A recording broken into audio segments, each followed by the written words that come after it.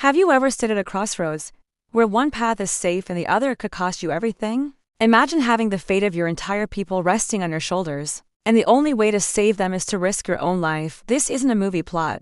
It's the real story of a queen who chose courage over comfort. Her name was Esther, an orphan who became a queen. But her crown came with a heavy burden. A wicked man named Haman had plotted to destroy all her people, the Jews, throughout the Persian kingdom. He even tricked the king into signing a decree to make it happen. The date was set.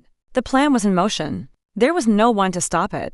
No one except Queen Esther. But there was a huge problem. No one, not even the queen, could approach the king without being summoned. The penalty for breaking this law was death, unless the king extended his golden scepter. Can you imagine the fear she must have felt? Her own husband, the most powerful man in the world, could have her executed. On the spot, all her instincts probably screamed to her to stay quiet, to protect herself, to let things play out. It was the safe option. Her cousin Mordecai sent her a message that changed everything. He said, "Do not think that because you are in the king's house you alone of all the Jews will escape. For if you remain silent at this time, relief and deliverance will arise for the Jews from another place. But you and your father's family will perish. And who knows but that you have come to your royal position for such a time as this?" Those words ignited something in her. This was her moment. This was her purpose. Her fear was real, but her calling was greater. So, Esther made a decision. She told Mordecai to gather all the Jews and fast for her for 3 days and 3 nights.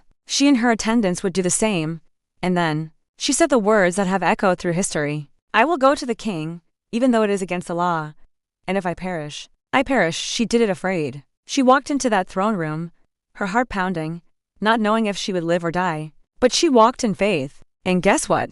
The king extended the scepter. He listened.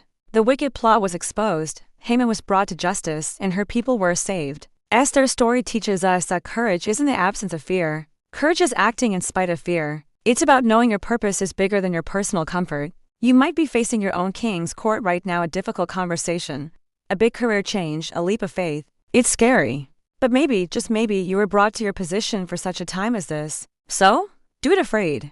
Your greatest victory might be waiting on the other side of your biggest fear. Thanks for watching. If this story inspired you, please like, share, and subscribe for more content that uplifts and empowers. See you next time.